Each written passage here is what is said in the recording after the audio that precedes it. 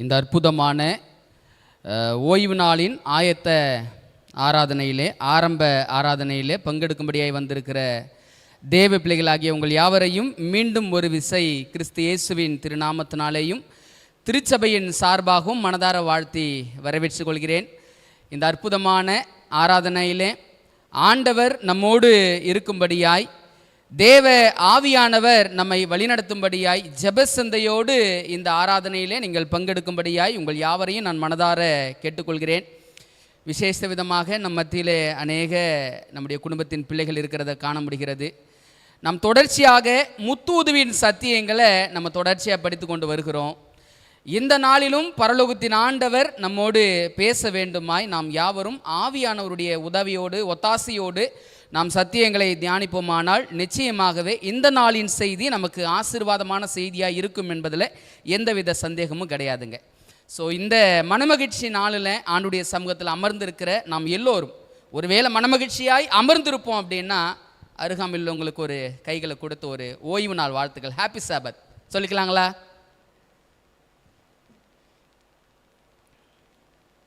நான் பார்த்துக்கிட்டே இருக்கிறேங்க, யாரும் கை கொடுக்கலன்னா சந்தோஷமாக இல்லைன்னு அர்த்தம். சரி, அனைவருக்கும் என்னுடைய மனமார்ந்த ஓய்வு நாள் வாழ்த்துக்கள். மீண்டும் ஒரு விசையாக பரலோகத்தின் ஆண்டவர் நமக்கு பாராட்டி வருகிற தயவுகள் எவ்வளவு பெரியது என்பதை ஒவ்வொரு வாரமும் நாம் படித்து கடந்து வந்து கொண்டிருக்கிறோம். நம்முடைய முன்னோர்கள் இந்த திருச்சபையை தேவ ஒத்தாசையோடு ஆரம்பித்து எந்த நோக்கத்திற்காக இந்த திருச்சபை துவங்கப்பட்டதோ அந்த நோக்கம் நிறைவேறத்தக்கதாக தேவன் நம்முடைய முன்னோடிகள் எவ்வளமாய் வழிநடத்தினாரோ அதே விதமாக தான் நம்மையும் வழிநடத்த வேண்டும் என்று சொல்லி ஆவியானவர் தொடர்ச்சியாய் நம்மோடு சத்தியங்களை கொண்டு பேசி கொண்டு வராங்க. அதில் நம்முடைய முன்னோர்கள் நம்முடைய திருச்சபையினுடைய உபதேசங்களை எங்கிருந்து அவர்கள் பிரித்தார்கள் என்று நாம் அடிக்கடி நம்ம சொல்லிக்கிட்டே இருக்கிற காரியம்தான். முத்தூதுவிலிருந்து தான் நம்முடைய பெரும்பாலான உபதேசங்கள் நம்முடைய முன்னோர்கள் என்ன செஞ்சாங்க, பிரித்து ஆராய்ந்தார்கள். அப்படி என்பதை ஒவ்வொரு உபதேசமாக நம்ம படித்து கொண்டு வருகிறாங்க. அதில் முதலாவதாக உலக அழிவு முத்தூதில் இருக்கிறதா என்பதை நம்ம படித்தோம். உலக அழிவு முத்தூதில் இருக்குது. சரி, உலகம் அழியதான் போகிறது.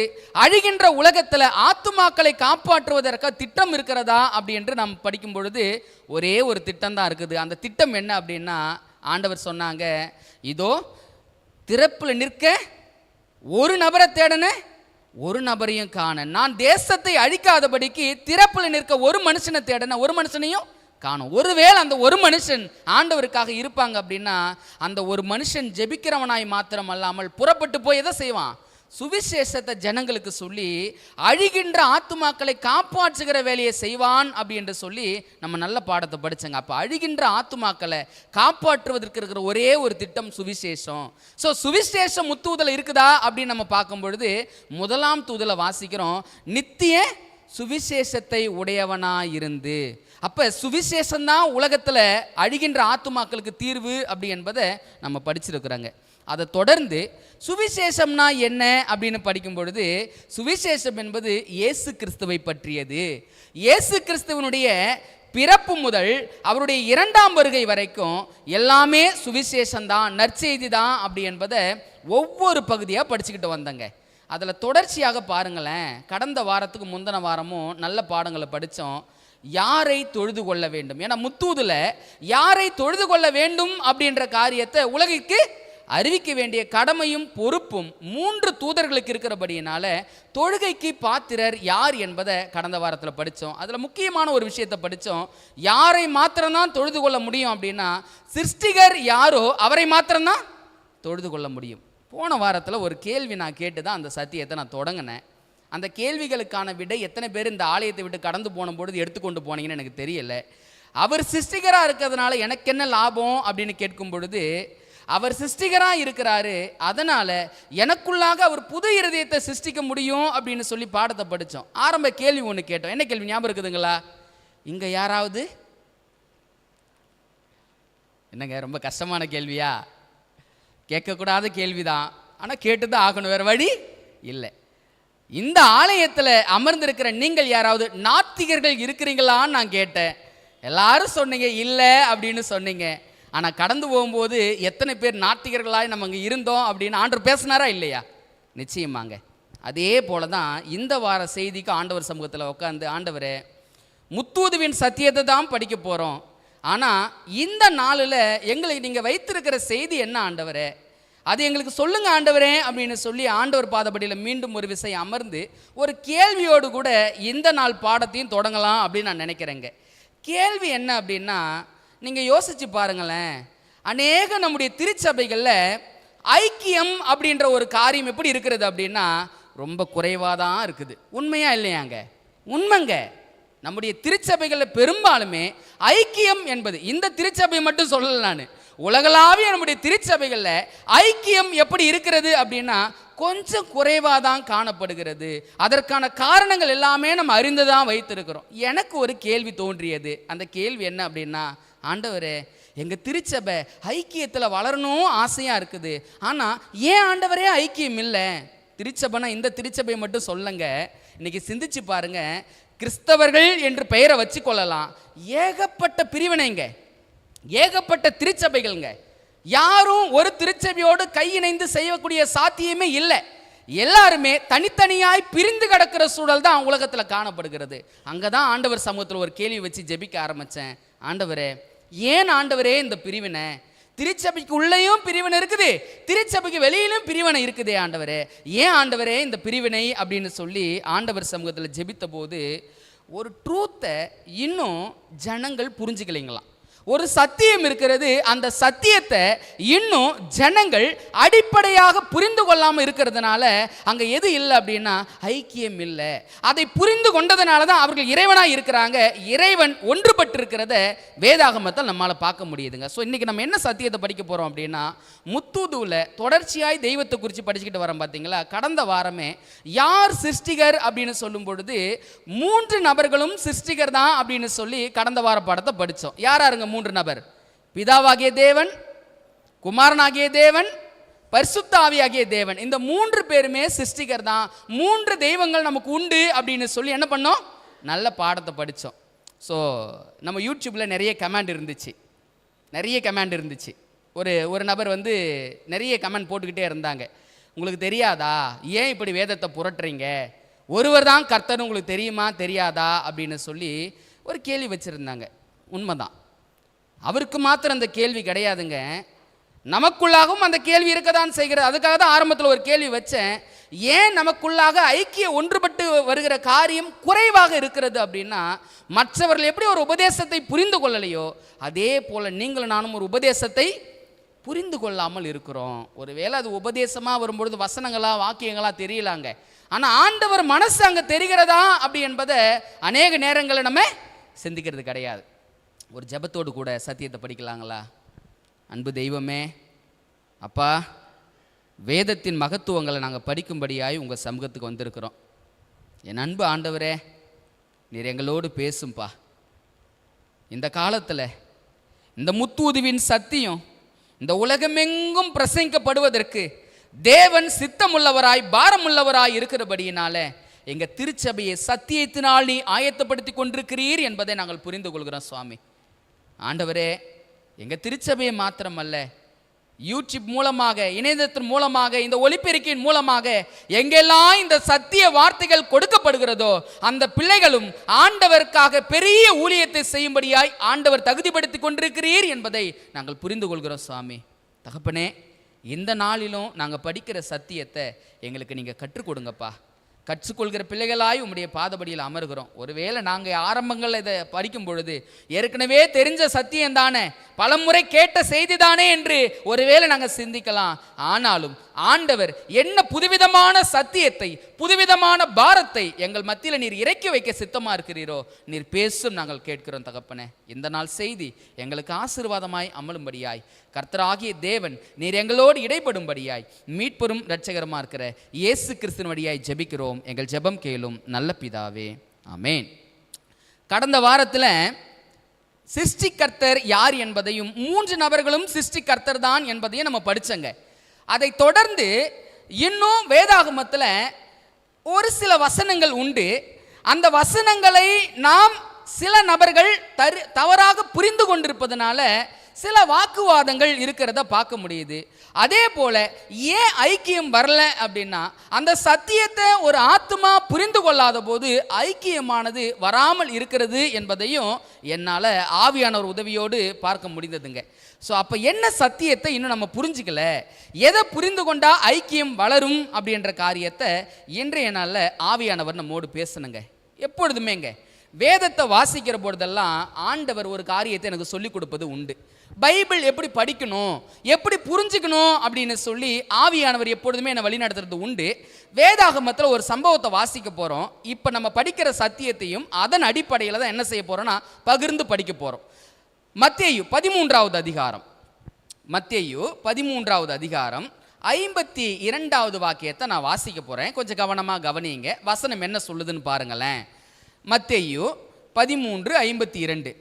அப்பொழுது அவர் அவர்களை நோக்கி, இப்படி இருக்கிறபடியால் பரலோகத்துக்கு அடுத்தவைகளில் உபதேசிக்கப்பட்டு தேறின வேதபாரகன் எவனும் தன் பொக்கிஷத்திலிருந்து புதியவைகளையும் பழையவைகளையும் எடுத்து கொடுக்கிற வீட்டெஜமானாகிய மனுஷனுக்கு ஒப்பாயிருக்கிறான். ஆண்டவர் ஓமையை சொல்றாரு. யார் தேறின வேதபாரகன், யார் பரலோகத்துக்கான சத்தியங்களை கொடுக்க முடியும், பரலோக ராஜ்யத்துக்கு மக்களை ஆயத்தப்படுத்துகிற அந்த தேறின வேதபாரகன் என்ன செய்ய வேண்டும் என்று பைபிள் சொல்லுறது அப்படின்னா, ஏதோ ஒரு பொக்கிஷம் இருக்குதுங்களாம். அந்த பொக்கிஷத்தில் பழையவையும் இருக்குதான், புதியவையும் இருக்குதுங்களாம். அப்ப தேறின வேதபாரகன் பழையவைகளிலிருந்து எடுத்து கொடுக்கணும், புதியவைகளிலிருந்து எடுத்து கொடுக்கணும். ஏதோ ஒரு காரியத்தை மட்டும் எடுத்து கொடுத்துட்டு, ஒன்று பழையதில் எடுத்து கொடுத்துட்டோ இல்லை புதியதில் எடுத்து கொடுத்துட்டோ கடந்து போகிறவன் யாரா இருக்க முடியாது? தேறின வேதபாரகனா இருக்க முடியாது. அப்ப தேறின வேதபாரகன் என்ன செய்யணும் அப்படின்னா, பொக்கிஷம்னு ஒன்று இருக்குது. அந்த பொக்கிஷத்துல பழையவையும் இருக்கிறது, புதியவையும் இருக்கிறது. தேறின வேதபாரகன் பழையவைகளிலிருந்து எடுத்து கொடுக்கணும், புதியவைகளிலிருந்து எடுத்து கொடுக்கணும். ஸோ இன்னைக்கு ஒரு சத்தியத்தை படிக்க போகிறோம். எப்படி படிக்க போகிறோம் அப்படின்னா, பைபிள் நமக்கு என்ன மெத்தடை சொல்லி கொடுக்குதோ இதே மெத்தட் அடிப்படையில் தான் நம்ம படிக்க போகிறோம். பழையதிலிருந்தும் புதியதிலிருந்தும் படிக்கணும் அப்படின்னு பார்த்தீங்களா, இங்கே பொக்கிஷம் என்ற வார்த்தையை கிறிஸ்து பயன்படுத்திக்கிறத பார்க்க முடியுது. பொக்கிஷம் என்பது வேதாகமத்தில் எதை குறிக்கும் தெரியுங்களா? நமக்கு எல்லாருக்கும் ரொம்ப பரிச்சயமான வசனம் தான் அது. பலமுறை நீங்களும் படிச்சிருப்பீங்க. எங்கே இருக்குது வசனம்? யாருக்கா ஞாபகம் இருக்குதுங்களா? அதை புதையலை போல் நாடி, வேறு வார்த்தை தான் வருது, புதையல் அப்படின்னு வருது. புதையல்னாலும் பொக்கிஷம்னாலும் ஒன்று தான். எது புதையல், எது பொக்கிஷம்? நீதிமொழிகள் 2வது அதிகாரத்தில் எடுத்து நீங்கள் வாஸ்து பார்ப்பீங்க அப்படின்னா, அந்த 4வது வசனங்கள்லாம் பார்த்தீங்க அப்படின்னா அந்த வார்த்தை தான் கொடுக்கப்பட்டிருக்கிறது. பொக்கிஷம் என்பது எதை குறிக்குது அப்படின்னா, கர்த்தர் நமக்கு கொடுத்த பரிசுத்த வேதாகமத்தை குறிக்கிறது. வேதாகமம் தான் பொக்கிஷம். அப்போ பொக்கிஷம் இருக்கிறபடியினால இந்த பொக்கிஷத்தில் பரலோகத்துக்கு அடுத்தவைகளை போதிக்கிற வேதபாரகன் பழையவைகளிலிருந்து எடுத்து கொடுக்கணும், புதியவைகளிலிருந்து எடுத்து கொடுக்கணும். அப்ப இரண்டுமே எடுத்து கொடுக்கிற வேதபாரகன் தான் சரியான வேதபாரகன். பைபிள் சொல்லுதுங்க, தேறின வேதபாரகன் அப்படின்னு சொல்லுதுங்க. ஸோ நம்ம ஒரு சத்தியத்தை படிக்க போகிறோம். பழையவைகளிலிருந்து படிக்க போகிறோம், புதியவைகளிலிருந்து படிக்க போகிறோம். அப்படி என்ன சத்தியத்தை படிக்க போகிறோம்? இன்னைக்கு உலகத்தில் ஏன் பெரும்பாலான சபை பிரிவுகள், ஏன் கிறிஸ்தவர்கள் என்ற பெயரை வைத்துக்கொண்டு பலவிதமான பிரிவுகளும் ஐக்கியமில்லாத சூழ்நிலையும் ஏன் காணப்படுகிறது அப்படின்னா, வேதாகமத்தை சரியா புரிந்து கொள்ளாதனுடைய விளைவு. என்ன புரிஞ்சுக்கல அப்படின்னா, இன்னைக்கு சபை பிரிவில் அநேக பிரிவுகள் இருந்தாலும் மெஜாரிட்டியான சில பிரிவுகள் இருக்கிறத உலகத்தில் பார்க்க முடியுதுங்க. என்ன அப்படின்னா, கடந்த வாரத்திலே நான் சொன்னேன், ஒரு சில பிரிவுகளை மாத்திரம் நான் சொல்லணும்னு நினைக்கிறேன். நிறைய பிரிவுகள் உண்டு, அதில் சில பிரிவுகளை மாத்திரம் நான் சொல்கிறேன். ஜெகோவா விட்னஸ், யெகோவாவின் சாட்சிகள் அப்படின்னு சொல்கிற ஒரு பிரிவு இருக்குது, சபை பிரிவு. அந்த சபை பிரிவினுடைய உபதேசம் என்ன? யெகோவா தான் தேவன். யெகோவா தேவன் யாரு? பிதாவாகிய தேவன் தான் தேவன், மற்ற இருவரும் தேவன் கிடையாது. இதே போல மற்ற திருச்சபைகளும் உண்டு. ஒன்லி ஜீசஸ், இயேசு மட்டும்தான் கடவுள், இயேசு தான் பிதா, இயேசு தான் பரிசுத்த ஆவியானவர், ஒருவர் தான், அவர் தான் கடவுள் அப்படின்னு சொல்லி அநேகர் நினைக்கிற காரியங்களும் உண்டுங்க. அதே போல பரிசுத்த ஆவியானவர் தான் எல்லாமே, ஒன்லி ஹோலி ஸ்பிரிட், பரிசுத்த ஆவியானவர் தான் எல்லாமே, அவர் தான் பிதாவுமா இருக்கிறாரு, அவர் தான் இயேசு கிறிஸ்துமா இருக்கிறார், அவர் இல்லாமல் உலகத்தில் ஒன்றுமே இல்லை அப்படின்னு சொல்லி நினைக்கிற சபை பிரிவுகளும் உண்டுங்க. ஸோ இப்படி பலவிதமான பிரிவுகளில் யார் இருக்கிறது அப்படின்றது ஒரு உதாரணம் சொல்கிறேன் பாருங்களேன். பரலோகத்திலிருந்து லூசிபரும் அவனை சேர்ந்த தூதர்களும் தள்ளப்பட்டாங்கன்னு பைபிளில் வாசிக்கிறோம் இல்லைங்களா? எத்தனை பங்கு தூதர்கள் விழுந்தாங்க? 3. சரிங்க, 3ல் 1 பங்கு இங்கே வந்துடுச்சு. மீதம் 2 பங்கு எங்கே இருக்குது? எங்கே இருக்குது? பரலோகத்தில். பரலோகத்தில் தேவன் சார்பில் ஒரு பங்கு இருக்கிறது தான். இன்னொரு பங்கு என்ன தெரியுங்களா? எது உண்மை எது பொய்ன்னு தெரியாத அளவுக்கு குழப்பத்தில் ஆழ்ந்த ஒரு பிரிவும் இருக்குதுங்களாம். வரக்கூடிய காலங்களில் படிப்போம் அதையெல்லாம். அடுத்த பாடங்கள் அப்படி தான் தொடரும். ஸோ இந்த உலகத்தில் எது உண்மை எது பொய்யான உபதேசம் என்று புரியாதபடி சில நபர்கள் குழப்பத்தில் இருக்கிறத பார்க்க முடிகிறது. எதை வச்சு அந்த குழப்பத்தை தெளிவாக்கிக்க முடியும்? பைபிள் தாங்க. பைபிள் இல்லாமல் குழப்பத்துக்கான தெளிவு இல்லை அப்படி என்பதை நம்ம புரிஞ்சுக்கணும். போன வாரம் வாலிபர் கூட்டத்தில் ஒரு செய்தி எடுத்தேன், பொய்யை கண்டறியும் வழி அப்படின்னு சொல்லி. அதுலேயும் பொய்யை கண்டறிவதற்கான வழி என்ன தெரியும்னா பைபிள் தான். நல்ல பாடத்தை படித்தோம். ஸோ இந்த நாளிலும் நம்ம பழைய ஏற்பாட்டிலும் இருந்தும் புதிய ஏற்பாட்டிலும் இருந்தும் ஒரு நல்ல சத்தியத்தை படிக்க போகிறோம். சத்தியத்தினுடைய தலைப்பு என்ன அப்படின்னா தேவத்துவம். திரித்துவம் என்ற வார்த்தை பைபிளில் கிடையவே கிடையாதுங்க. திரித்துவம் என்ற வார்த்தையை ஆதி ஆகமத்திலிருந்து வெளிப்படுத்தல் புத்தகம் வரைக்கும் நீங்கள் வாசிச்சிங்க அப்படின்னா திரித்துவம் என்ற வார்த்தையை நீங்கள் பார்க்கவே முடியாது. அதனால தான் என்ன தலைப்பு அப்படின்னா தேவத்துவம். தேவத்துவம் என்று வரும்பொழுது ஒருவரா மூவரா? வேதாகமம் ஒருவர் தான் தெய்வம் அப்படின்னு சொல்லுதா அல்லது மூவர் தெய்வம் என்று சொல்லுகிறதா அப்படி என்பதை நம்ம என்ன செய்ய போறோம்னா கொஞ்சம் சில வசனங்களை நம்ம ஒப்பிட்டு படிக்க போகிறோம். ஒருவேளை நீங்கள் சிந்திக்கலாம், இதையெல்லாம் பல வருஷத்துக்கு முன்னாடியே நாங்கள் படித்த சத்தியமாச்சே, இதையெல்லாம் முன்னாடியே எங்களுக்கு தெரியுமாச்சே, இப்போ திரும்பவும் பாஸ் இந்த சத்தியத்தை சொல்லி கொடுக்குறாரு. நான் சொல்லி கொடுக்கலங்க, பரலோகம் சொல்லி கொடுக்குது. ஏன் பரலோகம் சொல்லி கொடுக்குது அப்படின்னா ஒரு பெரிய ஊழியத்தை நாம் செய்யும்படியாய் பரலோகம் நம்மளை என்ன பண்ணுது? ஆயத்தப்படுத்துகிறது. மற்றவர்கள் கேட்கும் கேள்விகளுக்கு நாம் பதில் கொடுக்கும்படியாக பரலோகம் நம்ம என்ன செய்கிறது அப்படின்னா சத்தியத்தை கொடுத்து நம்மை ஆயத்தப்படுத்துகிறது என்பதை நம்ம கொஞ்சம் சரியா புரிஞ்சுக்கணுங்க. ஸோ பரலோகம் பாரத்தை நாம் புரிந்தவர்களா இன்னைக்கு என்ன படிக்க போறோம் அப்படின்னா தேவத்துவம். ஒருவரா மூவரா? பரலோகம் சொல்லுகிற காரியத்தின் அடிப்படையில், கர்த்தருடைய வேத புத்தகம் சொல்லுகிற சத்தியத்தின் அடிப்படையில் தெய்வம் ஒருவரா அல்லது மூவரா என்பதை நம்ம என்ன செய்ய போறோம்னா வேதாகமத்தை ஒப்பிட்டு படிக்க போறோம். 2 வசனங்களை நான் வாசிக்கணும்னு நினைக்கிறேன். இந்த தேவத்துவம் அப்படின்ற வார்த்தை வேதாகமத்தில் 2 இடத்துல மட்டும்தான் உண்டு, மற்ற எங்கேயுமே பார்க்க முடியாது. இந்த உலகத்தில் வாழ்கிற எல்லா மனிதனுக்கும் ஒரு ஆசை இருக்குதுங்க. அந்த ஆசை என்ன அப்படின்னா எப்படியாகிலும் நித்திய ஜீவனை பெற வேண்டும் என்ற ஆசை எல்லா மனிதனுக்கும் இந்த உலகத்தில் உண்டு. சரி, நித்திய ஜீவனை பெறுவதற்கு வழி என்ன அப்படின்னு ஒரு கேள்வி நம்ம வைப்போம் அப்படின்னா வேதாகமும் ஒரு பதில் சொல்லுது பாருங்களேன். யோவான் 17வது அதிகாரம் 3வது வாக்கியத்தை நான் வாசிக்கிறேன், கொஞ்சம் கவனமாக கவனிங்க. நித்திய ஜீவனை பெறுவதற்கு என்ன வழி அப்படி என்பதை பைபிள் சொல்லி கொடுக்குதுங்க. என்ன வழி பாருங்களேன். யோவான் 17:3 ஒன்றான மேய்தேவனாகிய உம்மையும் நீர் அனுப்பினவராகிய இயேசு கிறிஸ்துவையும் அறிவதே நித்திய ஜீவன். பைபிள் சொல்லுது ஒன்றான மெய்தேவனாகிய உம்மையும் நீர் அனுப்பினவராகிய இயேசு கிறிஸ்துவையும் அறிவதே நித்தியம். அப்ப நித்திய ஜீவனுக்கு அடிப்படை என்ன அப்படின்னா இறைவனை அறிந்து கொள்வது. இறைவனை அறிந்து கொண்டாதான் எதை பெற முடியும்? நித்திய ஜீவனை பெற முடியும். இங்க பைபிள் நமக்கு சொல்லுது ஒன்றான மெய்தேவனாகிய உம்மையும். இந்த வசனத்தை அநேகர் பிடித்து கொண்டு ஒருவர் தான் தெய்வம் அப்படின்னு சொல்வதும் உண்டு. பழைய ஏற்பாட்டில் ஒரு வசனம் இருக்கிறது, உபாகம புத்தகம், நமக்கு எல்லாருக்குமே ரொம்ப பரிச்சயமான வசனம் தான். இஸ்ரவேலே கேள், உன் தேவனாகிய கர்த்தர் ஒருவரே கர்த்தர். அப்ப ஒன்றான மேய்தவனாகிய உம்மையும் இஸ்ரவேலே கேள், தேவனாகிய கர்த்தர் ஒருவரே கர்த்தர் அப்படின்னு சொல்லி இந்த 2 வசனங்களை அடிப்படையாக வைத்து கொண்டு தான் இன்னைக்கு பலதரப்பட்ட உபதேசங்கள் இந்த உலகத்தில் அநேக மக்களை குழப்பிக் கொண்டிருக்கிறது என்பதை நம்ம தெளிவாக புரிஞ்சுக்கணுங்க. ஸோ நம்ம என்ன செய்ய போகிறோம் அப்படின்னா ஏற்கனவே தெரிஞ்ச விஷயங்களாக இருந்தாலும் மீண்டும் ஒரு விசை பரலோகத்தின் பாரத்தை அறிந்து நம்ம என்ன செய்ய போகிறோன்னா ஒரு பாடத்தை படிக்க போகிறோம். ஏன் நம்ம மத்தியில் ஐக்கியம் இல்லை? ஏன் இன்னும் திருச்சபைகள் ஒன்று கூடி ஊழியத்தை நிறைவேற்றுவதற்கான சாத்தியக்கூறுகள் இல்லாமல் இருக்கிறது அப்படி என்பதை இந்த சத்தியத்தை படித்தாதான் நம்ம புரிஞ்சுக்க முடியுங்க. ஸோ முதலாவது என்ன செய்ய போகிறோம் அப்படின்னா ஒன்றான மேய்தவனாகிய உம்மையும் நீர் அனுப்பினவராகிய இயேசு கிறிஸ்துவையும் அறிவதே நித்திய ஜீவன் சொன்னாங்க பாருங்க. அப்ப நித்திய ஜீவனை அடைவதற்கு ஒரே ஒரு வழி என்ன அப்படின்னா இறைவனை அறிந்து கொள்வது. இறைவனை அறிந்து கொண்டாதான் எதை பெற முடியும்?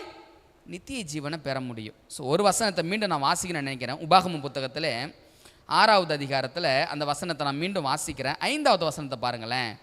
நீ உன் தேவனாகிய கர்த்தரிடத்தில் உன் முழு இருதயத்தோடும் உன் முழு ஆத்மாவோடும் உன் முழு பலத்தோடும் அன்பு கூறுவாயாக. வசனம் சொல்லுது கடவுள்கிட்ட என்ன பண்ணுமா? அன்பு கூறணும். அப்போ கடவுள்கிட்ட அன்பு கூறணும் அப்படின்னா யார்கிட்ட நம்ம அன்பு கூற முடியும் அப்படின்ற விஷயத்தை ஒரு கணம் சிந்திச்சு பாருங்களேன். எல்லார்கிட்டையும் நம்ம அன்பை செலுத்த முடியுமானா செலுத்த முடியாது. ஒரு நபரை அறிஞ்சு புரிஞ்சு இருந்தால் மாத்திரம்தான் எதை செலுத்த முடியும்? அன்பு செலுத்த முடியும். பைபிளும் அதான் சொல்லுது, உன் தேவனாகிய கர்த்தரிடத்தில் அன்பு செலுத்து அப்படின்னா எப்படி அன்பு செலுத்த முடியும்? அவரை அறியாமல் அன்பு என்ன பண்ண முடியாது? செலுத்த முடியாது. அப்போ முதலாவது என்ன செய்யணும்னா அவரை அறிந்து கொள்ள வேண்டும். நித்திய ஜீவனை பெறணும்னாலும் சரி, தேவனிடத்தில் முழு மனதோடு அன்பு கூறணும்னாலும் சரி, அவரை அறிந்து கொள்வது மிக மிக அவசியம். எதன் மூலமாய் அறிந்து கொள்வது அப்படின்னா மத்தேயு 13 சொன்னாங்க, பொக்கிஷம் ஒன்று இருக்குதுப்பா, அந்த பொக்கிஷத்தில் பழையவைகளும் இருக்குது புதியவைகளும் இருக்கிறது, ரெண்டையும் தேடி பாருப்பா, கண்டிப்பா இதுதான் இறைவனை அறிந்து கொள்வதற்கு பரலோகம் கொடுத்திருக்கிற ஒரே ஒரு வழி. அப்போ என்ன செய்ய போகிறோம்? நம்ம பழைய ஏற்பாட்டையும் புதிய ஏற்பாட்டையும் ஒரு கணம் திருப்பி படிக்க போகிறோம். இறைவன் யார்? இறைவன் என்பதை வேதாகமம் என்ன சொல்லுது? இன்னைக்கு உலகத்தில் அநேகர் இறைவன் ஒருவர் தான் என்ற சில வசனங்களை அவர்கள் வைத்துக்கொண்டு வாதாடுவது உண்டு. காரணம் என்ன தெரியுங்களா? புரிதல் இல்லைங்க. ஒருவேளை அதற்கான புரிதல் கிடைச்சிடுச்சு அப்படின்னா அவர்கள் வாதாட வேண்டிய அவசியமே இல்லை, பிரிவினைக்கான அவசியமே இல்லை, ஐக்கியத்தை பிளவுபடுத்துகிற காரியம் வேண்டியதே இல்லை. இன்னைக்கு ஐக்கியம் இல்லாத தன்மை, பிரிவுகள் ஏன் அப்படின்னா இந்த ஒரு உபதேசத்தை புரிந்து கொள்ளாதவருடைய நிலைமை என்பதை இன்றைக்கி உலகத்தில் பெரும்பாலும் பார்க்க முடியுங்க. ஸோ சில வசனங்களை மாத்திரம் தான் நம்ம வாசிக்க போகிறோம். முதலாவதாக பழைய பொக்கிஷத்திலிருந்து சில வசனங்களை நம்ம வாசிப்போம். வாசித்து சில வேதாகமம் என்ன சொல்லுது, தேவத்துவம் ஒருவரா மூவரா, பைபிள் அதற்கான விளக்கத்தை நமக்கு என்ன கொடுக்கிறது என்பதை நம்ம கொஞ்சம் வாசிப்போம். 3 வசனங்களை நான் முதலாவது வாசிக்க போகிறேன்.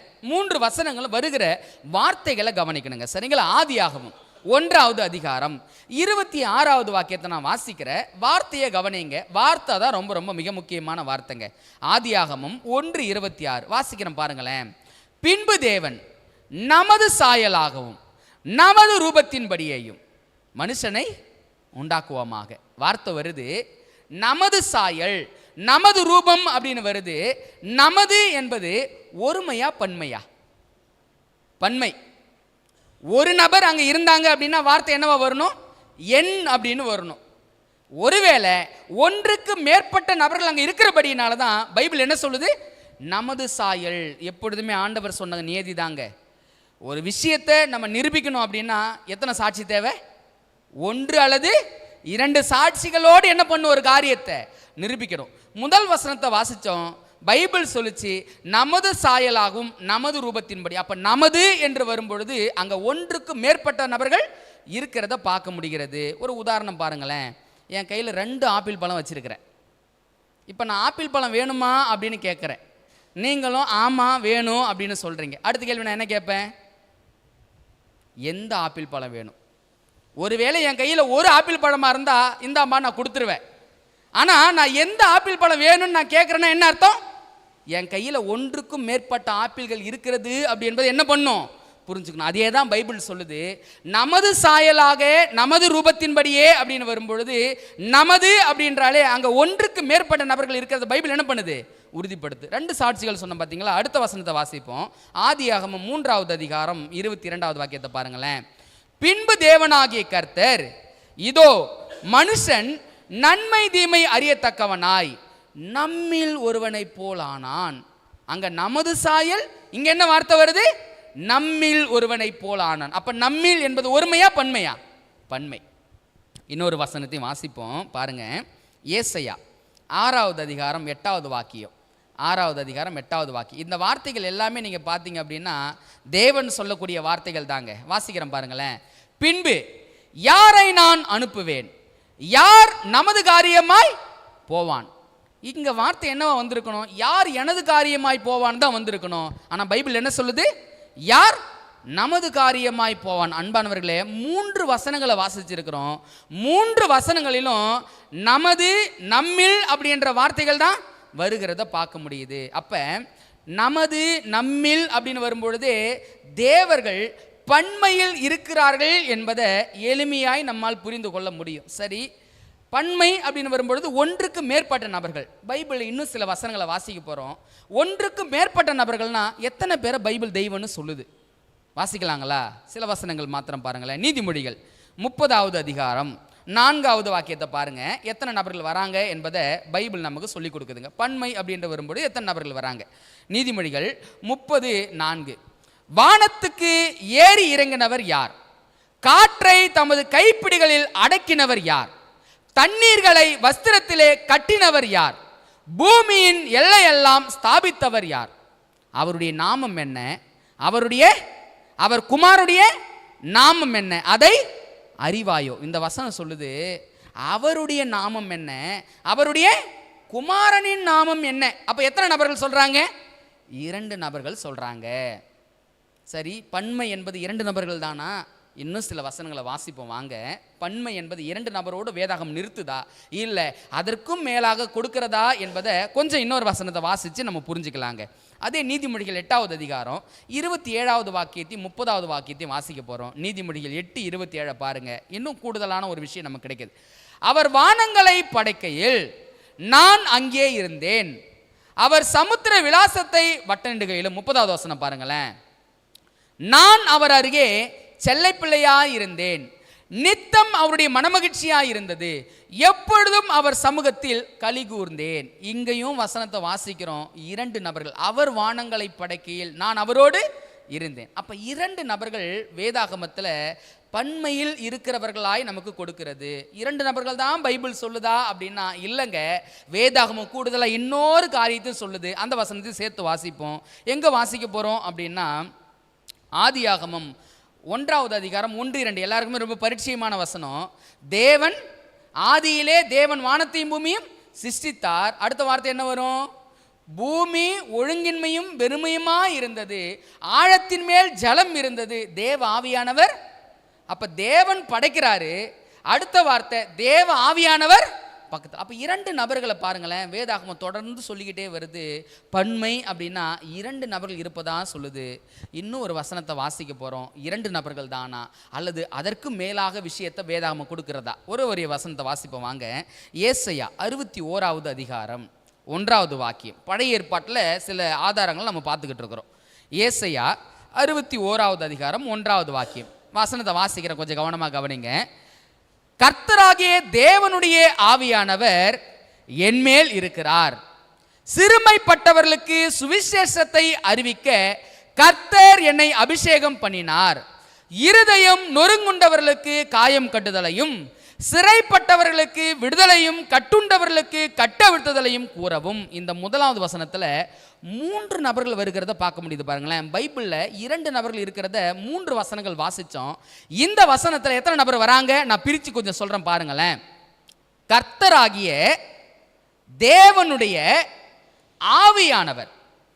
கர்த்தராகிய தேவன் ஒரு நபர், ஆவியானவர் 2வது நபர், 3வது ஒருத்தர் சொல்றாரு என்மேல் இருக்கிறார் அப்படின்னு சொல்றாரு. இவர் யாருங்க? புதிய ஏற்பாட்டில் எங்க இருக்குது வசனம்? யாருக்கா ஞாபகம் இருக்குதுங்களா இந்த வசனம்? எந்த புத்தகம் மட்டும் சொல்லுங்களேன். எந்த புத்தகம் புதிய ஏற்பாட்டில்? லூக்கா 4வது அதிகாரத்தில் 18-19 வசனங்கள் நம்ம வாசிப்போம் அப்படின்னா கிறிஸ்து அங்க சொல்றதை பார்க்க முடியுது. இந்த வசனம் எங்கு நிறைவேறுகிறதுன்னு பாருங்களேன்.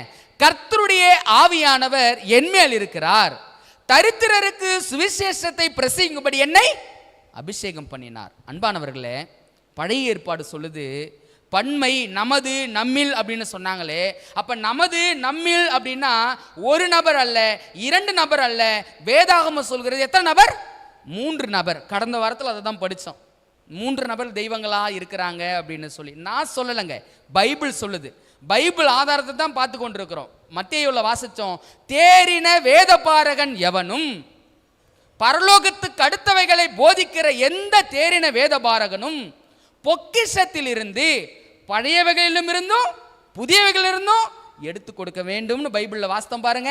பழைய ஏற்பாட்டில் வாசிக்கிறோம் 2 நபர்கள் என்று வரும்பொழுது வேதாகமம் இன்னும் தெளிவு கொடுத்தது. 3 நபர்கள் பன்மையில் உள்ள தேவர்கள் என்பதை வேதம் அவ்வளவாய் வெளிப்படுத்தி கொடுக்கிறது. இந்த வார்த்தையை என் மேல் இருக்கிறார்னு சொன்னவர் யாரு? கர்த்தராகிய இயேசு கிறிஸ்து.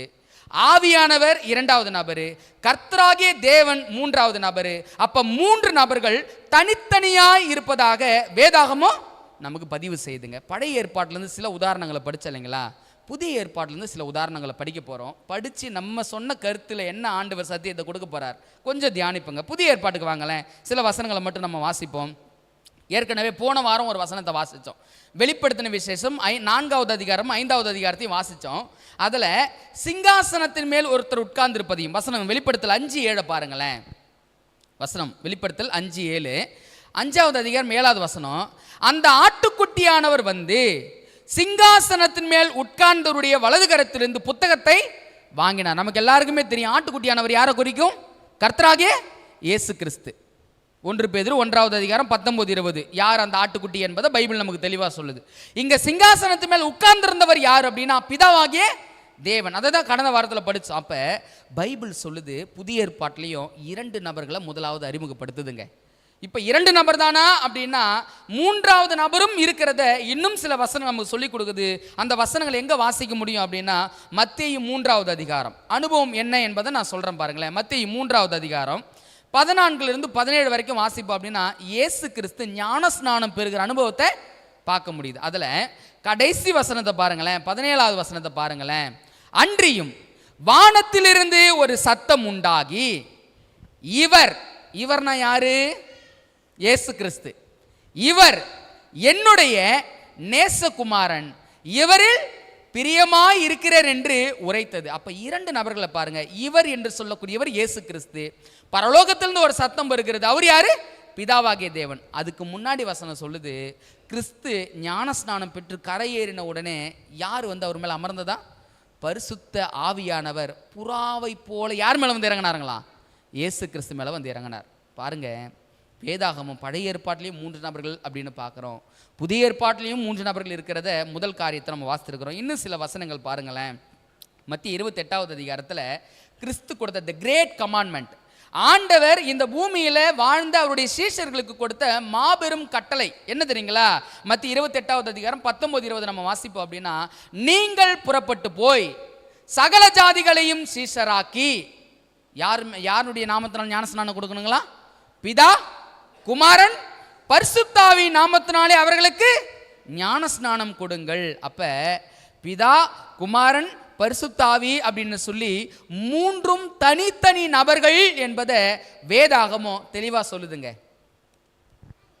நம்ம சபைகளில் ஆராதனை முடிஞ்சு போகும் பொழுது பாஸ் என்ன செய்வார்னா ஒரு ஆசீர்வாத ஜெபம் கூறுவார் இல்லைங்களா? அந்த ஆசீர்வாத ஜெபம் பைபிள் எங்க இருக்கு தெரியுங்களா யாருக்காவது? 2 கொரிந்தியர் புத்தகத்தில் 13வது அதிகாரம் 14வது வாக்கியத்தை வாசிப்போம்னா எல்லா போதகரும் ஆராதனை முடிவில் ஒரு ஆசீர்வாத ஜெபத்தை கூறி அனுப்புவாங்க. என்ன ஆசீர்வாத ஜெபம் பாருங்களேன். கர்த்தராகிய இயேசு கிறிஸ்துவினுடைய கிருபையும் தேவனுடைய அன்பும் பரிசுத்த ஆவியினுடைய ஐக்கியமும் உங்கள் அனைவரோடும் கூட இருப்பதாக. அன்பானவர்களே, பைபிள் பழைய ஏற்பாட்டிலையும் 3 நபர்கள் இருக்கிறத போதிக்குது, புதிய ஏற்பாட்டிலையும் 3 நபர்கள் இருக்கிறத போதிக்கிறது. இவ்வளவு விளக்கங்களை வேதாகமம் கொடுத்திருந்த போதிலும் இன்னைக்கு இந்த பிரபஞ்சத்தின் அதிபதியானவன் அநேகருடைய மனதை என்ன பண்ணியிருக்கிறான்? குருடாக்கி வைத்திருக்கிறான். எப்படி குருடாக்கி வைத்திருக்கிறான் அப்படின்னா இல்லை இந்த 2 நபர்களும் கடவுளே கிடையாது, இல்ல 2 நபர்களை விட்டு யாராவது ஒரு நபர் தான் தெய்வம் அப்படின்னு சொல்லி இந்த 3 நபரை யார் பிரிக்கிறது? பரலோகத்தில் 3 நபர்களும் ஒன்றாக இருக்கிறாங்க. ஆனால் உபதேசத்தை புரிந்து கொள்ளாத உள்ளமோ மூவரையும் என்ன பண்ணுது? பிரிக்கிறது. அப்படி என்பதை நம்ம கொஞ்சம் என்ன பண்ண முடியுதுன்னா தெளிவாக பார்க்க முடியுதுங்க. 1 யோவான் 5வது அதிகாரம் 7வது வாக்கியத்தை பாருங்களேன். தெளிவாக அவருடைய அப்போஸ்தலர்கள் கொடுக்குற சாட்சியை கவனிங்க. 3 நபர்களும் தனித்தனியாக இருக்கிறத 1 யோவான் 5வது அதிகாரம் 7வது வாக்கியத்தை பாருங்க. பரலோகத்திலே சாட்சியிடுகிறவர்கள் 3, பிதா, வார்த்தை, பரிசுத்தாவி. அப்ப பரலோகத்தில் சாட்சியிடுவர் 3 அப்படின்னா பரலோகத்தில் இருக்கிற தெய்வங்கள் யாருங்களா? 3 அப்படி என்பதை வேதாகமத்தில் இன்னும் கூடுதலான காரியத்தை நம்மால் பார்க்க முடியுதுங்க. சரிங்க, இதெல்லாம் இருக்கட்டும். 3 நபர்கள் இருக்கிறாங்க, பைபிள் எல்லாம் தெளிவாக சொல்லி கொடுக்குறீங்க, சந்தோஷம்தான். ஆரம்பத்தில் ஒரு 2 வசனம் சொன்னீங்களே, அந்த வசனத்துக்கான அர்த்தம் என்ன? ஒன்றான மெய்தேவனாகிய உம்மையும் நீர் அனுப்பினவராகி இயேசு கிறிஸ்து அறிவதே அப்படின்னும் போது ஒன்றான மெய்தேவனா ஒருவர் தானே தெய்வம்னு சொல்லுது பைபிள். இன்னும் உபாகமம் புத்தகத்தில் நம்ம வாசிக்கும் பொழுது இஸ்ரவேலே கேள், நம் தேவனாகிய கர்த்தர் ஒருவரே கர்த்தர் அப்படின்னு பைபிள் சொல்லுது. அப்போ அதுக்கு என்ன அர்த்தம்? இன்னைக்கு நிறைய பேருடைய குழப்பம் அதுதாங்க. என்ன செய்யறாங்க அப்படின்னா, வேதாகமத்தை படிக்க வேண்டிய விதத்தில் படிக்காம என்ன செய்யறாங்க அப்படின்னா, உபதேசத்தை புரட்டுகிற வேலையில் அநேகர் இருக்கிறத பார்க்கணும். காரணம் என்ன தெரியுங்களா? ஏன் புரட்டுறாங்க அப்படின்னா, பைபிள் வசனம் அவங்களுக்கு சரியா புரியலை. வேதாகமத்தை புரிந்து கொள்ள வேண்டிய விதத்தில் புரிந்து கொள்ளும் பொழுது ஆவியானவர் அற்புதமாக நம்ம நடத்துவாருங்க. ஸோ நம்ம கேள்விக்கு வருவோம். இவங்க சொன்னது போலவே இஸ்ரவேலே கேள், நம் தேவனாகிய கர்த்தர் ஒருவரே கர்த்தர் பைபிள் சொல்லுது. அப்போ ஒருவர் கர்த்தர் தானே பைபிள் சொல்லுது, அது எப்படிங்க அப்படின்னு சொல்லி கேட்கலாம். பைபிளில் சில உதாரணங்களை வேதாகம் நம்ம கொடுக்குது. அதை 2 உதாரணத்தை சொல்லிட்டு நான் ஒரு காரியத்தை சொல்லிட்டு முடிக்க போகிறேங்க. இந்த ஒருமை ஒருவர் என்பதை வேதாகம் எப்படி முன்வைக்குது அப்படி என்பதுக்கு ஒரு உதாரண வசனத்தை வாசிக்க போகிறேன். எபேசியர் 5வது அதிகாரம் 31வது வாக்கியத்தை வாசிங்களேன். இங்கே ஒரு உதாரணத்தை கொடுக்குறாங்க. அந்த உதாரணத்தை புரிஞ்சிக்கும் பொழுது நம்மளால் தெளிவாக இந்த உபதேசத்தையும் புரிஞ்சிக்க முடியும். எபேசியர் 5வது அதிகாரம் 31வது வாக்கியம். இது நிமித்தம் மனுஷன் தன் தகப்பனையும் தன் தாயையும் விட்டு தன் மனைவியோடு இசைந்து இருவரும், எப்படிங்க சாத்தியம்? 2 பேரும் தனித்தனி நபர்கள். பைபிள் சொல்லுது இருவரும் ஒரே மாம்சமா இருப்பார்கள். பைபிள் சொல்லுது எப்படி ஒரு மாம்சமா இருக்க முடியும்? 2 பேரும் தனித்தனி நபர்கள் தானே, எப்படி ஒரு மாம்சமா இருக்க முடியும்? வேதாகமத்தை புரிந்து கொள்ள வேண்டிய விதத்தில் என்ன பண்ணுங்க, புரிஞ்சுக்கணும். எல்லாம் சொல்றாங்க ஒன்றான மெய்தேவனாகிய உம்மையும் அப்படின்னு வரும்பொழுது ஒருவர் தானே கர்த்தர் அப்படின்னு சொல்றாங்க. இஸ்ரவேலே கேள், உன் தேவனாகிய கர்த்தர் ஒருவரே கர்த்தர் அப்படின்னு வரும்பொழுது ஒருவர் தாங்க தெய்வம் அப்படின்னு சொல்லி இங்கேயும் சொல்லுதே அப்படின்னு சொல்றாங்க. அதனுடைய தாற்பயத்தை வேதாகமத்தை வாசிக்கும் பொழுது உள்ள போய் ஆவியானுடைய ஒத்தாசையோடு படிக்கும் பொழுது தான் 3 நபர்கள் தனித்தனி நபர்களாக இருக்கிறதையும், எப்படி பைபிள் ஒருவரே கர்த்தர்னு சொல்வதற்கான காரணம் என்ன, நோக்கம் என்ன என்பதையும் இந்த வசனத்தை கொண்டு நாம் புரிந்து கொள்வதற்கு வேதம் ஒரு உதாரணத்தை வைக்கிறது. ஒன்று நம்ம நடைமுறையில் இருக்கிற ஒரு உதாரணத்தை நான் சொல்கிறேன். கணவன் மனைவி தனித்தனி நபர்கள் தான், ஆனால் தேவன் அவர்களை ஒரே இணைப்பாக ஒரே மாம்சமாக என்ன பண்ணியிருக்கிறாரு, இணைச்சிருக்கிறார். அதனால் அவர்கள் ஒருவராக இருக்கிறார்கள் அப்படின்னு சொல்லி நம்ம வேத வசனத்தை புரிஞ்சிக்க முடியுது. ஒரு உதாரணம், நடைமுறை உதாரணத்தை நான் சொல்கிறேன். ஒரு குடும்பத்தில் முனுசாமின்னு ஒரு நபர் இருக்கிறாருன்னு வச்சுங்களேன். இப்போ அந்த முனுசாமி குடும்பத்தில் 5 பேர் இருக்கிறாங்க. 5 பேர் இருந்தாலும் அவர் வெளியில் போய் தன்னை அறிமுகப்படுத்தும் போது யாருடைய குடும்பம் அறிமுகப்படுத்துவார்? முனுசாமி குடும்பம் தான் அறிமுகப்படுத்துவார். ராஜான்னு ஒரு நபர் இருக்கிறார். ராஜான்ற நபர் குடும்பத்தில் 4 பேர் இருந்தாலும் 4 நபர்கள் தனித்தனி நபராக இருந்தாலும் அவங்கள தனித்தனி குடும்பமாக சொல்லுவோம். என்ன சொல்லுவோம்? ஒரே குடும்பம். அவங்க ஒரே குடும்பமா அப்படின்னு சொல்லுவோம். ஸோ இன்னைக்கு நடைமுறை நம்ம பகுதியில் இருக்கிறலாம், நாங்கள்லாம் குடும்பத்துக்காரர் அப்படின்னு சொல்லுவோம். எப்படி சொல்கிறீங்க குடும்பத்துக்காரர்னு? எல்லாம் ஒரே நபர்களாக இருக்கிறபடினால சொல்கிறோம். இன்னும் புரிகிற மாதிரி ஒரு காரியத்தை நான் சொல்லி முடிச்சிடுறேங்க. இங்கே ஒன்றான மெய்தேவனாகிய உம்மையும் அப்படின்னு சொல்கிறோம். இஸ்ரவேலே கேள், ஒருவரே உன் தேவனாகிய கர்த்தர் ஒருவரே கர்த்தர் அப்படின்னு சொல்கிறோம். இவங்க எப்படி ஒருவர் அப்படின்னு பைபிள் சொல்லுது அப்படி என்பதற்கு கிறிஸ்து ஒரு ஜெபம் பண்ணாருங்க. அந்த ஜெபம் எல்லாருக்குமே ரொம்ப பரிச்சயமான ஜெபம், எல்லாருமே பலமுறை கேட்டிருப்போம். அந்த ஜெபம் யோவான் 17வது அதிகாரம். அந்த 17வது அதிகாரத்தில் கிறிஸ்து ஒரு வார்த்தையை சொல்கிறார். என்ன வார்த்தை வாசிக்கலாங்களா? யோவான் 17வது அதிகாரம் வாங்கலேன். கிறிஸ்து ஒரு ஜெபம் பண்ணுறாரு. அந்த ஜெபம் என்ன நமக்கு சொல்லி கொடுக்குது? இந்த ஒன்றாகிய மெய்தேவன் அப்படின்னும் பொழுதும் இஸ்ரவேலே கேள், உன் தேவனாகிய கர்த்தர் ஒருவரே கர்த்தர் அப்படி என்பதற்கும் அடிப்படையான காரியம் என்ன அப்படி என்பதை நம்ம கொஞ்சம் வாசிக்க போகிறோம். யோவான் 17வது அதிகாரம் வசனம் 21 நான் வாசிக்கிறேன், பாருங்களேன். அவர்கள் எல்லோரும் ஒன்றாயிருக்கவும் பிதாவே நீர் என்னை அனுப்பினதை உலகம் விசுவாசிக்கதற்காக நீர் என்னிலேயும் நான் உம்மிலேயும் இருக்கிறது போல அவர்கள் எல்லோரும் நம்மில் ஒன்றாயிருக்கவும் வேண்டிக் கொள்கிறேன். அடுத்த வார்த்தையை கவனிங்க. நாம் ஒன்றாயிருக்கிறது போல அவர்களும் ஒன்றாயிருக்கும்படி நீர் எனக்கு தந்த மகிமையை நான் அவர்களுக்கு கொடுத்தேன். கிறிஸ்து ஒரு ஜெபம் பண்றாரு. பிதாவே நீங்களும் நானும் ஒன்றாக இருக்கிறோம். இவங்க எப்படி ஒன்றாக இருக்கிறாங்க அப்படி என்பதற்கு ஒரு உதாரணத்தை நான் சொல்கிறேன், பாருங்களேன். படைக்கும் பொழுது போன வாரம் பாடத்தை படித்தோம். படைக்கும் பொழுதும் மூவரும் ஒன்றா தான் இருந்தாங்க. படைப்புல எப்படி மூவரும் ஒன்றாய் இருந்தார்களோ ரட்சிப்பின் திட்டத்திலும் மூவரும் எப்படிதான் இருக்கிறாங்க? ஒன்றாக. அந்த ஒன்று என்று வரும்பொழுது ஒரே யோசனை, ஒரே திட்டம். எப்படி கணவன் மனைவி ஒரு குடும்பத்தில் இருக்கும்போது வெவ்வேறு யோசனைகள் இருந்தால் பிரிவினை வருகிறதோ, அப்படி இல்லாதபடி நம்ம என்ன சொல்லுவோம்? ஒரே குடும்பம், ஒரே யோசனையா இருக்கணும், ரெண்டு பேர் ரெண்டு கருத்தை வச்சுக்கிட்டு இருக்கக்கூடாது, உட்காந்து பேசி ஒரே கருத்தில் இருக்கணும், ஒரு மனப்பாடோடு இருக்கணும், அதுதான் குடும்பத்துக்கு நல்லது அப்படின்னு சொல்றோம் பாருங்க. இவங்க எப்படி ஒன்றா இருக்கிறாங்க அப்படின்னா, மூவருக்கும் ஒரே யோசனை, மூவருக்கும் ஒரே திட்டம், மூவரும் ஒன்றா இருக்கிறது. எப்படி அப்படின்னா, மூவரும் ஒரு காரியத்தை செய்யறாங்க. என்ன அப்படின்னா, சிருஷ்டிப்பின் காரியத்தில் எப்படி மூவரும் ஒன்றா இருந்தார்களோ அதே போல ரட்சிப்பின் திட்டத்திலும் அவங்க எப்படி தான் இருக்கிறாங்க? ஒன்றா இருக்கிறாங்க. எப்படி ஒன்றா இருக்கிறாங்க அப்படி என்பதற்கு மற்றொரு உதாரணத்தை நான் சொல்றேங்க.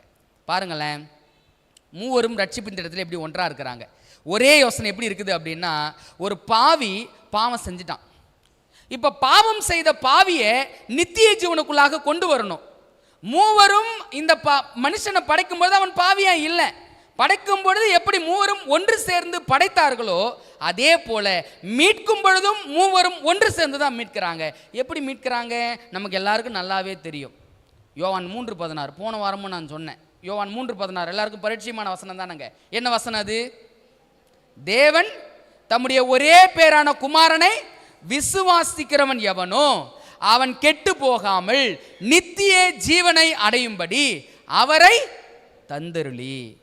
அப்ப பிதாவாகிய தேவன் ரட்சிப்பின் திட்டத்தில் என்ன பணியாற்றார் அப்படின்னா, அவருடைய ஒரே பேரான குமாரனாகிய இயேசு கிறிஸ்துவை ஒரு பாவிக்காக என்ன பண்றாரு? தந்தருளினார். சரிங்க, தந்தவர் மீண்டும் பெற்றுக்கொள்வாரா? இமானுவேல்னு ஒரு பேரை நம்ம எல்லாரும் கேள்விப்பட்டிருக்கிறோம். அந்த இமானுவேல் என்பதற்கு என்னங்க அர்த்தம்? தேவன் நம்மோடு இருக்கிறார். ரட்சிப்பின் திட்டத்தில் பிதாவாகிய தேவன் ஒரு பரிசு கொடுத்தார். அந்த பரிசு என்ன அப்படின்னா, குமாரன் இயேசு கிறிஸ்து. அந்த இயேசு கிறிஸ்துவை ஒரு பாவி மீட்கப்படுவதற்காக பிதாவாகிய தேவன் தந்தருளினார் என்று சொல்லி பார்க்கிறோம். பிதாவாகிய தேவன் குமாரனை தந்தரலாவிட்டால் ஒரு பாவி பாவத்தை விட்டு நித்திய ஜீவனை அடைவதற்கான எந்த வாய்ப்புமே இல்லை. அப்ப ரட்சிப்பின் திட்டத்தில், சிருஷ்டிப்பின் திட்டத்தில் பிதாவுக்கு என்ன பங்கோ அதே போல ரட்சிப்பின் திட்டத்திலும் பிதாவினுடைய பங்கு இருக்கிறது. சரிங்க, குமாரனுடைய பங்கு என்ன அப்படின்னு ஒரு வேளை நம்ம யோசிப்போம் அப்படின்னா, யோவான் 1வது அதிகாரம் எபிரேயர் 1வது அதிகாரமும் சொல்லிச்சு, ஆதியிலே வார்த்தை இருந்தது, அந்த வார்த்தை தேவனிடத்திலிருந்து இருந்தது, அந்த வார்த்தை தேவனாய் இருந்தது. எபிரேயர் புத்தகத்தில் 1வது அதிகாரத்தை நம்ம வாசிக்கும் பொழுதும் அதே தான். அவரை கொண்டு உலகங்களை உண்டாக்கினார். உலகங்களை உண்டாக்கினார் அப்படின்னு வரும்பொழுது கிறிஸ்து சிருஷ்டிப்பின் திட்டத்தில் எப்படி பங்காளியா இருந்தாரோ அதே போல ரட்சிப்பின் திட்டத்திலும் கிறிஸ்து பங்காளி. எப்படி பங்காளின்னு நம்ம சொல்றோம்? இந்த பூமியில மனிதனுடைய பாவம் மன்னிக்கப்படுவதற்கு, மனிதன் நித்திய ஜீவனை அடையும்படிக்கு யார் மரித்ததுங்க? கர்த்தராகிய இயேசு கிறிஸ்து. மத்தேயு 1வது அதிகாரம் 21வது வாக்கியம் எல்லாருக்குமே தெரியும் இல்லைங்களா? வாசிப்போம் வாங்கல. மத்தேயு 1:21 பாருங்க. கிறிஸ்துவின் பங்கு என்ன அப்படின்பது பைபிள் சொல்லுது. அவள் ஒரு குமாரனை பெறுவாள், அவருக்கு இயேசு என்று பெயரிடுவாயாக, ஏனெனில் அவர் தமது ஜனங்களின் பாவங்களை நீக்கி அவர்களை. அப்ப ஒரு மனுஷனை ரட்சிப்பதற்கு அவர் என்ன செய்யறார்னா பாவங்களை நீக்குகிறார். எப்படி நீக்குகிறார் என்பதை கடந்த வாரங்களுக்கு முன்னாடி நம்ம படித்தோம். நமக்காக மரித்தது மாத்திரம் அல்ல, அவர் பரலோகத்தில் போய் நமக்காக பாவ மன்னிப்பை பெற்று தருவதற்கு மகா பிரதான ஆசாரியனாய் பிதாவுக்கு முன்பதாக என்ன பண்ணிட்டு இருக்கிறாரு? நின்று கொண்டிருக்கிறார். சிருஷ்டிப்பின் திட்டத்தில் கிறிஸ்துவுக்கு என்ன பங்கு இருந்ததோ அதே பங்கு ரட்சிப்பின் திட்டத்திலும் கிறிஸ்துவுக்கு உண்டு. 3வது நபர் பரிசுத்த ஆவியானவர். பரிசுத்த ஆவியானவரை குறித்து நம்ம தெளிவாக புரிஞ்சுக்கல அப்படின்னா இன்னைக்கு அநேக தவறான உபதேசங்கள் நம்ம மத்தியில் காணப்படுவது உண்டு. ஸோ பரிசுத்த ஆவியானவர் சிருஷ்டிப்பின் திட்டத்தில் பங்கு இருக்குதுங்களா? வசனம் சொன்ன போன வாரம் யாருக்கு நினைவுக்கு இருக்கிறது? யோபு 33:3-4 நம்ம வாசிச்சோம் இல்லைங்களா? என்னங்க வாசிச்சோம்? ஞாபகம் இருக்குதுங்களா? தேவனுடைய ஆவியானவர் என்னை உண்டாக்கினார், சர்வ வல்லவருடைய சுவாசம் எனக்கு உயிர் கொடுத்தது. அப்ப யார் நம்மை உண்டாக்கினது அப்படின்னு வரும்போது பரிசுத்த ஆவியானவர் நம்மை உண்டாக்கினார். அப்ப சிருஷ்டிப்பில் எப்படி பரிசுத்த ஆவியானவருக்கு பங்கோ அதே போல ரட்சிப்பின் திட்டத்திலும் அவருக்கு பங்கு இருக்குமா இல்லையா? என்ன பங்குங்க ரட்சிப்பின் திட்டத்தில் பரிசுத்த ஆவியானவருக்கு? என்னங்க பங்கு? யோவான் 16வது அதிகாரத்தில் வாசிக்கிறோம் இல்லைங்களா? ரோமர் 8வது அதிகாரத்தில் வாசிக்கிறேன் இல்லைங்களா? யோவான் 16 என்ன அப்படின்னா, அவர் வந்து பாவத்தை குறித்தும் நீதியை குறித்தும் நியாய தீர்ப்பை குறித்தும் கண்டித்து பிதாவாகிய தேவன் செய்த அந்த தியாகத்தையும் குமாரனாகிய தேவன் செய்த அந்த தியாகத்தையும் யாரும் ஒரு பாவி மறக்கப்பட்டு அவன் வாழ்க்கையில போகிற போக்கில் இருப்பான் அப்படின்னா, பரிசுத்த ஆவியானவர் என்ன செய்யறாருன்னா, அவனுக்கு அந்த காரியங்களை உணர்த்தி, அவன் பாவ நிலையை உணர்த்தி, நியாய தீர்ப்பு ஒன்று வருகிறது, நடந்து கொண்டிருக்கிறது என்பதை உணர்த்தி, அவனை நீதியின் பாதையில் நடத்துவதற்கு யார் போராடி கொண்டிருக்கிறது? ரோமர் புத்தகத்தில் வாசிக்கிறோம், நாம் வேண்டிக் கொள்வது இன்னதென்று அறியாமல் இருக்கிறபடியினாலே ஆவியானவர் தாமே வாக்கு கடங்காத பெரும் மூச்சுகளோடு நமக்காக, நம்ம எல்லாம் நினச்சிக்கிட்டு இருக்கிறோம் இயேசு கிறிஸ்து மட்டும்தான் நமக்காக பரிந்து பேசுறாருன்னு சொல்லி. இல்லைங்க, பரிசுத்த ஆவியானவரும் நமக்காக பரிந்து பேசிக் கொண்டிருக்கிறார். ஜெபத்தின் மூலமாய் உங்களையும் என்னை மீட்பதற்காக, நித்திய ஜீவனை அடைய செய்வதற்காக அவரும் நம்மோடு என்ன பண்ணிக்கிட்டு இருக்கிறாரு? போராடி கொண்டிருக்கிறார். இப்போ இந்த 3 பேரும் எப்படி ஒன்றா இருக்கிறாங்க அப்படின்னா, இந்த ஒரு பாவியை மீட்பதற்கு அவங்க 3 பேரும் ஒரே திட்டத்தில் இருக்கிறாங்க, ஒரே யோசனையில் இருக்கிறாங்க, ஒரே வேலையை செய்கிறாங்க. என்ன வேலை அப்படின்னா, ரட்சிப்பின் வேலை. இந்த ஒரு பாவியை மீட்பதற்கு 3 பேரும் ஒன்று கூடி ஒரு திட்டம் வகுத்தாங்க. அதுதான் ரட்சிப்பின் திட்டம். ரட்சிப்பின் திட்டம் என்று வரும்பொழுதுதான் 3 பேரும் 3 பணிகளை என்ன செய்து கொண்டிருக்கிறாங்க? இந்த உலகத்தில் செய்து கொண்டிருக்கிறாங்க. அப்ப இஸ்ரவேலை கேள், உன் தேவனாகிய கர்த்தர் ஒருவரே கர்த்தர் அப்படின்னா என்ன தெரியுங்களா அர்த்தம்? அவர்கள் ஒன்றாய் இருந்து சிருஷ்டிப்பின் திட்டத்தை செஞ்சாங்க, அவர்கள் ஒன்றாய் இருந்து ரட்சிப்பின் திட்டத்தையும் செய்யறாங்க, அவர்கள் ஒன்றாய் இருந்து பாவியை பரலோக ராஜ்யத்துக்கு கொண்டு போவதற்கான எல்லா வழிகளையும் வாய்ப்புகளையும் என்ன பண்ணிட்டு இருக்கிறாங்க? செய்து கொண்டிருக்கிறாங்க. ஆரம்பத்தில் நான் ஒரு கேள்வி கேட்டேன், அதை சொல்லிட்டு முடிக்க போறேன். நான் ஏன் இன்னைக்கு ஆண்டவரே திருச்சபைகள் ஐக்கியம் இல்லை, ஆண்டவரே ஏன் வெளியில் கூட ஐக்கியத்தை பார்க்க முடியல, என்ன காரணம் ஆண்டவரே அப்படின்னு சொல்லி ஆண்டவர் பாதப்படியில் அமர்ந்த போது ஆண்டவர் ஒரு விஷயம் சொன்னாங்க. பா, அடிப்படையான ஒரு விஷயத்தை என் ஜனம் புரிஞ்சிக்காமல் இருக்குதுப்பா. என்ன ஆண்டவரே அடிப்படையான காரியம்? நாங்கள் 3 பேரும் எப்படி ஒன்றா இருக்கிறோம் அப்படின்னு சொல்லி உனக்கு புரியலையா? ஒரு பாவியை மீட்பதற்காக நாங்கள் 3 நபர்கள் என்ன செய்கிறோம்? ஒன்றாய் இருக்கிறோம். எங்களுடைய யோசனை ஒன்றாய் இருக்கிறது, எங்கள் செயல்கள் ஒன்றாய் இருக்கிறது, எங்கள் வேலைகள் எல்லாம் ஒன்றாய் இருக்கிறது. எப்படி ஒன்றாய் இருக்கிறது அப்படின்னா, ஒரு பாவி மீட்கப்பட வேண்டும் என்பதற்காக நாங்கள் 3 ஒன்றாய் இருந்து இந்த பூமியில் ரட்சிப்பின் திட்டத்தையும் செய்தோம், சிருஷ்டிப்பின் திட்டத்தையும் செய்கிறோம். நாங்கள் ஒன்றாய் இருப்பதற்கான காரணம் என்ன அப்படின்னா, ஒரு பாவி காப்பாற்றப்பட வேண்டும். அன்பானவர்களே, இந்த எண்ணம் உங்களுடைய உள்ளத்திலும் என்னுடைய உள்ளத்திலும் ஒருவேளை இன்னைக்கு இருக்கும் அப்படின்னா சிந்திச்சு பாருங்க. நீங்களும் நானும் பிரிவினையில் இருப்போம் அப்படின்னா, நீங்களும் நானும் ஒற்றுமை இல்லாமல் வாழ்ந்து கொண்டிருப்போம் அப்படின்னா யாருக்கு இழப்பு தெரியுங்களா? ஒரு பாவிக்கு பேரிழப்பு. நீங்களும் நானும் தனித்து இருக்கும் பொழுது, நீங்களும் நானும் பிரிவினையோடு வாழ்ந்து கொண்டிருக்கும் பொழுது ஒரு பாவி ரட்சிக்கப்படுவதற்கான திட்டம் அங்கு உடைக்கப்படுகிறது. ஒருவேளை 2 பேர் ஒன்றா இருந்தோம் அப்படின்னா, 3 பேர் ஒன்றா இருந்தோம் அப்படின்னா ஒன்று கூடி ஒரு நபருக்காக ஜெபிக்க மாட்டோமா? அண்ணன் அக்கா பார்த்தீங்களா, அந்த நபர் இப்படி இருக்கிறாரே, இப்படியெல்லாம் இருக்கிறாங்களே, அவளுக்காக நம்ம சேர்ந்து ஜோம் பண்ணுவோமா, அந்த குடும்பத்துக்காக ஜோம் பண்ணுவோமா அப்படின்னு சொல்லி 1, 2, 3 நபர்கள் ஒருவேளை ஒன்றாக இருப்போம் அப்படின்னா ரட்சிப்பின் திட்டத்துக்குள்ளாக நீங்கள் நானும் கொண்டு வரப்படுவோமா, பட மாட்டோமா? இன்னைக்கு பிரச்சனை என்ன தெரியுங்களா? பிதாவையும் நம்ம புரிஞ்சிக்கல, குமாரனையும் புரிஞ்சிக்கல, பரிசுத்த ஆவியானவரையும் நம்ம புரிஞ்சிக்கல. இந்த 3 தெய்வத்தையும் நாம் புரியாமல் இருக்கிறபடியினால ரட்சிப்பின் திட்டமும் நமக்கு புரியல.